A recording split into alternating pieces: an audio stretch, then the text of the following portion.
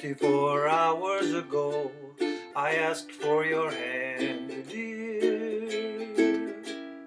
You've had a day to say no, but somehow I guess you're gonna say yes, and I'll be waiting for you, Wendy, around about 8:30. So if you're going to be late, don't hesitate to call me on your newfangled phone. You're so chic and trendy, I just have to confess that life would be one big mess if you refused my proposal. Suppose all my dreams should fall through. 24 hours ago, I asked for your hand, dear. You've had a day to say no, but somehow I guess you're gonna say yes, and I'll be waiting for you, Wendy, until the end of time, until you tell me that I'm the only one that you crave for, slave for, and even Wendy slightly misbehave for. You're the girl that sends me, I no other will do, no other so true. So for all my life through, I'll be waiting for Wendy. This is a fun little song, and I'll get to the song sheet here in a minute, but first the trivia. If you don't want the trivia, flash forward or skip it, but you can go to UkesterBrown.com to get this song sheet from Waiting for Wendy. And this is a fairly new song, generally speaking, as far as the Ukester Brown library goes. This is from a band called the New Vaudeville Band, which was in the late 60s up to the early 70s. I think their big hit that you are probably very familiar with, or more so familiar with, is Winchester Cathedral, which was actually done as kind of a studio take, and then once it became a hit, they had to put a band together to go out on tour. I got a fantastic compilation CD via eBay from the UK. Some fantastic songs on there. I think it's actually like 2 albums put together on one CD. And this Waiting for Wendy, I don't think you can find on YouTube at all, but it's on that CD. So you're going to have to kind of trust my melody line here as far as learning it. And there's lots of sevenths and slides here. And in the original, it's got some fantastic jazz guitar things that are going on, which are very difficult. I'm an intermediate player, beginner plus player, so I can't do what they can do on a guitar. And of course, a guitar has 2 more strings, and in the hands of a great jazz guitarist, they can do some amazing things. But I tried to get the feeling of this song down. It is in the key of C on the CD, so you can play along with it fairly well with my arrangement. Now, the amazing thing about this band is, Winchester Cathedral we know in the ukulele community because it seems to fit, and it was their big hit. It beat Good Vibrations and Eleanor Rigby out for some major awards. It knocked Good Vibrations by the Beach Boys off of the hit parade. I think Good Vibrations knocked Winchester Cathedral off, and then a week later, Winchester Cathedral was back on above it again. So that's pretty amazing when you think about the longevity of what's with that song with Winchester Cathedral and that band. But here's what a lot of people don't know: is this was happening in the late '60s during a movement called the New Jazz Movement. People think of jazz as being Miles Davis and some of the great piano players and that type of thing, but the jazz movement was in the 20s. When you look at music historicity, that was the jazz movement. So when you think about flappers and all that stuff, that was original jazz. Okay, so this was the new jazz movement in the 60s, and I think a lot of people were just being extremely creative in the music world, open to a lot of things, and that's why I think it did so well in the pop music. Matter of fact, Winchester Cathedral, I think in '72 or '73, popped back up on the hit charts again for a little bit. This song is written by a man named, I think, Alan Klein. I think, if I have that right, in 1967, if I have that part correctly, so I don't want to take that away from him. There's nothing too extremely difficult about this song. Like I say, it's in the key of C, but there's in the first line I have a C6, which is open, a C diminished, which is 2-3-2-3, a C6, which is open, and a C sharp diminished, which you may know also as a G diminished. Open 1, open 1.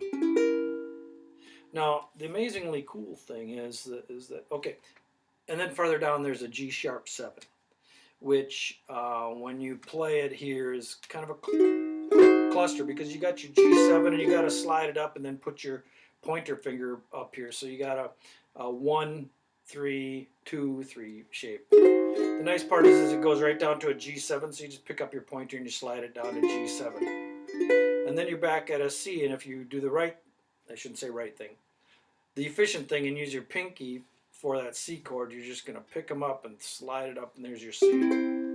Using your pinky in the game is very important. Okay, so that's the G sharp 7 and the G7, but there's places all over the fretboard, and you saw me the third time actually through the second verse go up to the upper frets. And I'll explain what I did there, because I didn't exactly follow the sheet perfectly, because the second time through vocally that I did, all my C's were a C6, which a C6 is 5-7-5-7. That's a C6.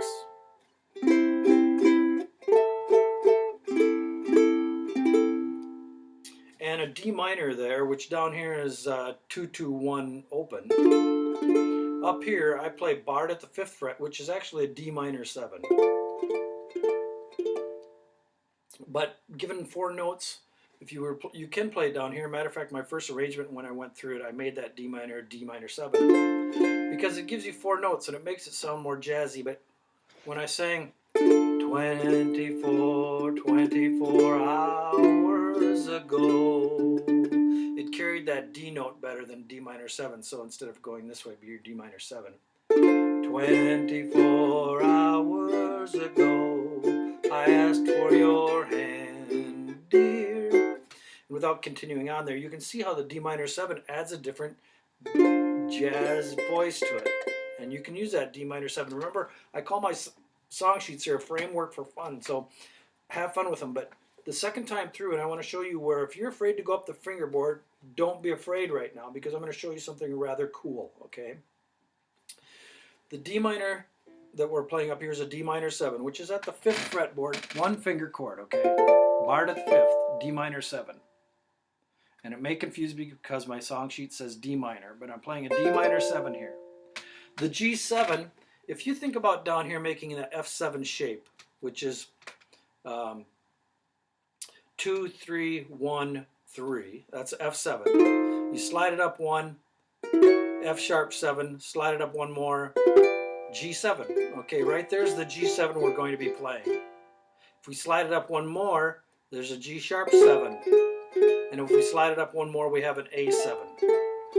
That's going to be kind of the trickiest part we're going to do here, is transferring from a D minor to a G7. So we go 24 to a G7 hours ago. But what you need to notice is you're not making everything move around here, because you've already got your 5th fret here, and these 2 guys are going to go on the 5th fret. So you're going to go here to make your F7 shape. Those 2 guys are going on the 5th fret. So you've now got 4, 5, 3, 5. That's your G7. So they've got a landing pad already marked by this pointer.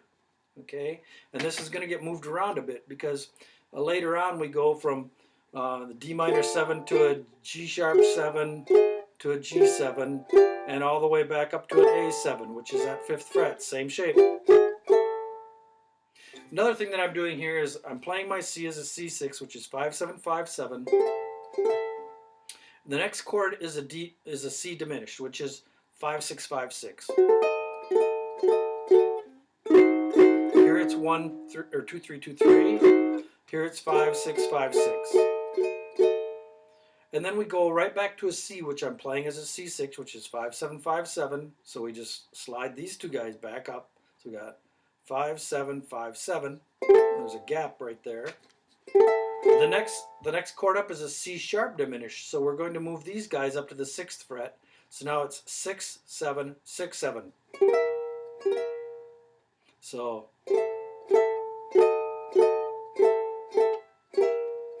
That's all I'm doing right there. And we've already got all 4 fingertips planted, so we're not having to do all kinds of this. We're not moving much. We're just moving. So in some ways, playing it in the upper positions once you learn the song is easier the way I'm doing it. Because we're just going 24 hours ago, I asked for your hand, dear. You've had a G7 to D minor 7, but somehow I guess G7, you're gonna say yes to a G7, back up to a C6, which is a C on my sheet, and I'll be waiting for you, Wendy, C diminished C, until the end of G#7 time, until you tell me that I'm the only one that you, 5th fret again, crave for, C diminished, 5/7 or 5/6 slave for, back to a D minor, and even Wendy slightly G#7 misbehave for. You're the girl that sends me, no other will do, no other so true. Now here we are at this G7. We're going to go to an A7. So we have G7, G#7, A7. No matter how true. So for all my life through, same shape, I'll be G7 waiting for C diminished, Wendy, C6, C diminished, C6, Wendy. It's a framework for fun. Have fun with the song. Check out, if you look up on YouTube and look up the new Vaudeville Band, you'll find all kinds of songs that they've got on there. A really funny one is I Was Lord, forget his name, but his valet. I forget the person's name. It's a fun song about a valet who was taken care of by his Lord, and I forget now, Lord Kitchener, I believe that was Lord Kitchener's. I was Lord Kitchener's valet. Anyway, enough of this rambling. Check out the new Vaudeville Band if you feel so inspired by their CD. But there's quite a few songs on YouTube from them. But Waiting for Wendy is a very neat song. They have lots of stuff that was 1920s inspired, but written in the 1960s. Of course, they do a few cover songs too. This is not a cover song. It's an original one by Alan Klein in 1966 or 1967.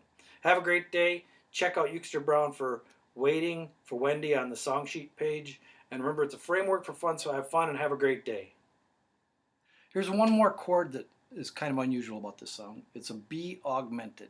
It says a B plus on my sheet.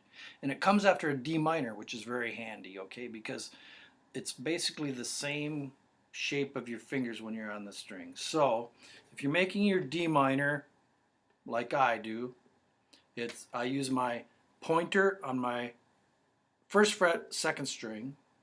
I use my middle finger on the 4th string, 2nd fret, and my ring finger, 3rd string, 2nd fret. So it looks like that. Plant it right there. That's your D minor. You recognize the sound. Now the next one coming up is a B augmented. This is it's the only time in this whole song that the B augmented gets played. And I think, yep. But the jazz chording in my ear made me find that chord for us, okay? So if we pick up that whole shape and head to the 1st string, 2nd fret, and plant it there. So now we've got open, 3, 3, 2. So we're making that same shape, we're just picking it up. 2, 2, 1, open, and we're picking up that same shape, placing it down on open, 3, 3, 2. And there's your B augmented. Now you can have fun with the song.